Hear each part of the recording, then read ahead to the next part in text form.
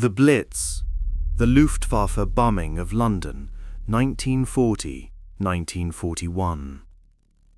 In the autumn of 1940, as the Battle of Britain raged above the skies of southern England, Germany's Luftwaffe made a dramatic shift in strategy, one that would plunge the British capital into months of terror, destruction, and resilience. This brutal and relentless aerial campaign would come to be known as the Blitz, a term derived from the German word Blitzkrieg, meaning lightning war.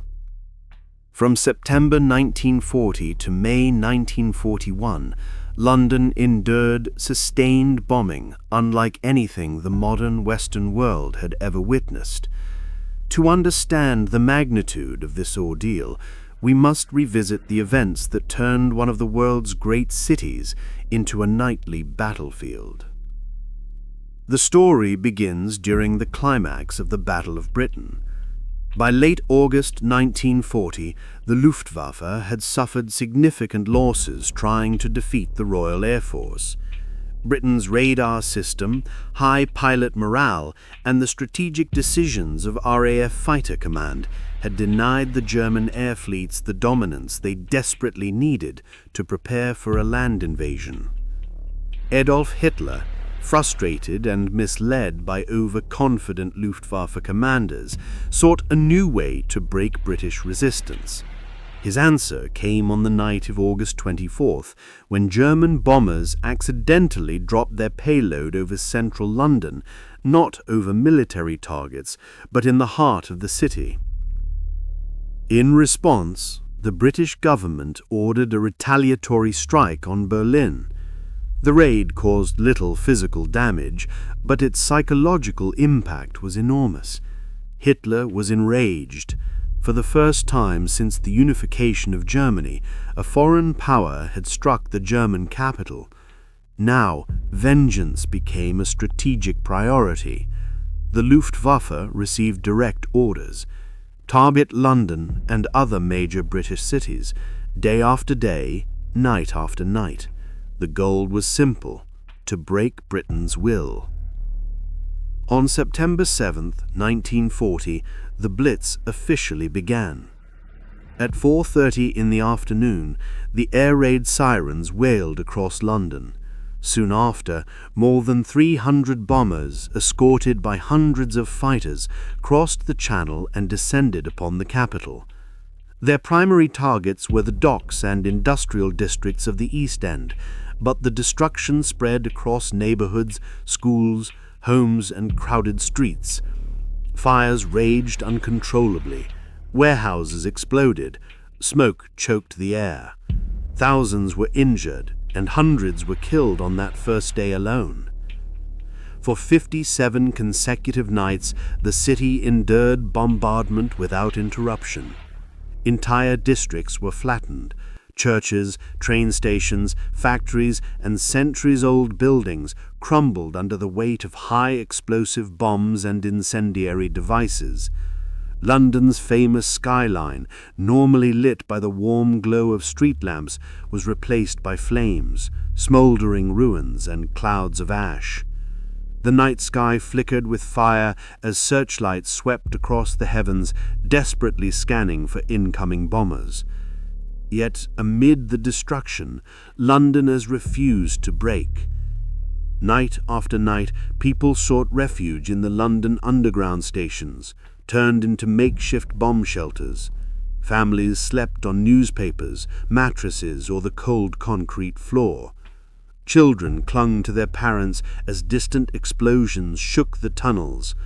Volunteers from the air raid precautions, ARP, firefighting brigades, nurses and wardens risked their lives to rescue survivors trapped beneath rubble. In the morning, Londoners crawled out of shelters to find their neighborhoods changed forever, some wiped off the map entirely. The Blitz was not limited to the capital. Coventry, Liverpool, Birmingham, Bristol, Southampton, and many other cities bore the brunt of the Luftwaffe's fury. Coventry, in particular, suffered one of the most devastating attacks of the entire war on the night of November 14, 1940. The Luftwaffe's goal was clear: destroy industrial capacity, cripple infrastructure, and demoralize the population until Britain surrendered. But the German strategy failed to account for the extraordinary resilience of the British people and leadership. Prime Minister Winston Churchill's radio broadcasts became a source of hope, rallying the nation with fiery determination. The slogan, "Keep calm and carry on," though originally printed before the Blitz and rarely used, came to symbolize the spirit of wartime Britain. As winter approached, the Luftwaffe escalated firebombing campaigns using waves of incendiary bombs. These were designed to start uncontrollable fires that could merge into firestorms. On December 29, 1940, known as the Second Great Fire of London, St. Paul's Cathedral was nearly lost. Thanks to the bravery of fire watchers and volunteer brigades, the iconic dome survived, standing defiantly amid a sea of burning ruins. Despite relentless bombing, Britain's war production actually increased. The RAF, though strained, continued to defend the skies. The Germans, meanwhile, suffered losses that slowly eroded their ability to maintain sustained attacks. By May 1941, Hitler shifted his focus eastward, preparing for Operation Barbarossa, the invasion of the Soviet Union. The Blitz tapered off, leaving behind more than 43,000 civilians dead, millions homeless, and countless homes destroyed. But the German strategy had failed. London had not fallen. Britain had not surrendered. The Blitz stands as a testament to human endurance and defiance. It proved that even in the darkest nights, illuminated only by the glow of burning streets and falling bombs, a nation's spirit can remain unbroken. London survived, rebuilt, and carried forward the torch of freedom. The scars of the Blitz can still be found today, in memorials, in rebuilt neighborhoods, in stories passed down through generations. It remains one of the most defining moments in British history, a reminder of courage under fire, resilience in disaster, and unity in the face of destruction.